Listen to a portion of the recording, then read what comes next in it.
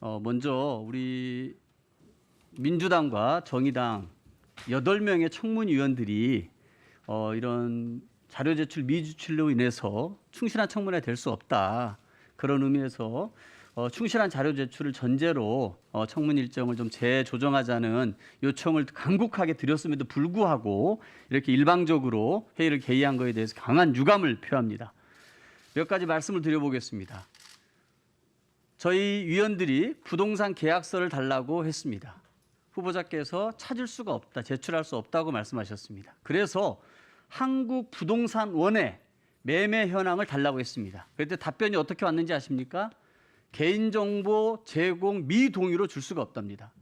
후보자께서 부동산 관련된 한 점 의혹이 없다면 개인정보 동의를 해서라도 주시면 되는 문제입니다. 그런데 어떤 의혹이 있길래 계약서는 찾을 수 없다 그러고 부동산 정보원에는 개인정보 제공을 동의해 주지 않는 것입니까? 그러니까 국민들께서는 의혹의 시선을 가지고서 한 후보자의 재산 형성 과정에 대해서 의혹을 가지고 있는 것입니다. 보통 부동산 계약서라고 하면은 정말 중요한 곳에서 보관하는 게 일반적이지 않습니까? 참 안타깝습니다. 김현장에서 자료를 요구를 했습니다. 어떤 활동을 하셨는지 자그마치 그 몇 년 사이에 20억이라고 하는 일반 국민들은 상상할 수도 없는 고문료를 받으셨습니다. 어떤 일을 했느냐고 활동 내역을 달라고 그랬더니 영업비밀이랍니다. 영업비밀이라니요. 후보자께서 무슨 변호사 사무실에서 사건 수임하는 브로커 역할을 하셨습니까? 그게 아닌데 어떻게 영업비밀입니까? 말씀하셨던 대로 외국 기업 CEO에게 한국 경제 상황을 설명하고 경제정책 방향을 설명했다라고 하면 국익을 위해서 좋은 일을 하신 것처럼 말씀하셨는데 깨알같이 자랑하셔야 되는 것 아닙니까? 이 김현장에서 활동한 것이 49년생이시던데 우리가 1950년대 활동 내역을 달라는 게 아니지 않습니까? 바로 총리 후보자 지명되기 직전에 있었던 직장에서 20억씩 받으면서 하셨던 일에 대해서 국익을 위해서 이렇게 좋은 일을 하셨다 그러면서 이 자료를 영업비밀이라고 못 준다고요? 무슨 뭐 사건 브로커에 섰습니까? 왜 못 준다는 겁니까? 정관예우도 심각한 문제입니다. 네트워크 구축을 위해서 여러 일을 하셨다고 하셨습니다. 과연 그러면은 전직 총리이자 주미대사로서 어떻게 공직사회에서 이 기업들과의 네트워크를 구축했는지 충분히 소명하시고 국회 검증을 받는 것이 당연한 거 아니겠습니까? 배우자 미술품 판매에 대해서 어떠한 자료도 사생활 침해다, 개인정보 동의할 수 없다고서 내놓지 않고 있습니다. 세금 신고 내역도 마찬가지입니다. 몇몇 분들이 그렇게 얘기합니다. 자료가 두세 배 요청이 많다고요? 의혹이 그렇게 많기 때문입니다. 검증해야 될 항목과 분야가 많기 때문에 자료 요청이 많은 것이라고 생각 안 드십니까? 일정 변경이 국민에 대한 도리가 아니라고요? 이렇게 허술하고 맹탕으로 하는 청문회가 국민에 대한 도리가 아닙니다. 우리는 국회의원이고 여야를 떠나서 국회가 청문회에서 해야 될 일이 있습니다.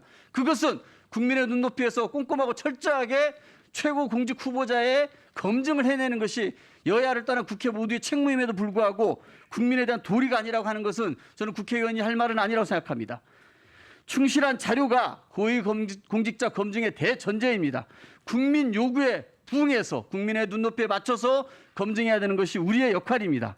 그래서 저희는 민주당과 정의당의 청문위원 12명 중 8명이 자료 제출과 그리고 이를 통해서 충분히 검토하고 청문을 할 수 있도록 일정 재조정을 요청한 것인데 이런 것을 일방적으로 거부하고 협상을 안 하는 것은 저는 이 국회가 협치의 국회로 갈 수 없다고 생각합니다. 새 정부의 발목 잡기가 아니라 새 정부의 일방 독주를 국회가 견제해야 합니다. 국회는 견제와 균형의 역할을 행정부에게 해야 되는 것 아니겠습니까? 지금 윤 당선인에게서 하고 있는 일방적인 독주를 우리 국민들이 많이 목도하고 있습니다.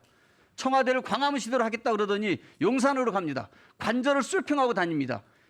거기 있었던 장관들은 도대체 어디로 갑니까? 이것이 일방 행정이지 이게 무슨 새 정부의 제대로 된 길이겠습니까? 이런 것들에서 국회가 목소리를 내는 것이 어떻게 발목 잡기라고 표현합니까? 저는 이 청문회가 우리 민주당과 정의당의 위원들이 다 빠진 상태에서 진행된다면 이것은 독단적으로 진행되는 청문회이고 단독 청문회이고 일방적인 청문회일 뿐만 아니라 이 한 후보자를 둘러싼 의혹과 비리, 우리 국민의 눈높이에서 검증해야 될 수많은 사안들에 대해서 엄무하는 청문회, 허탕 청문회, 맹탕 청문회가 될 것이라고 생각합니다.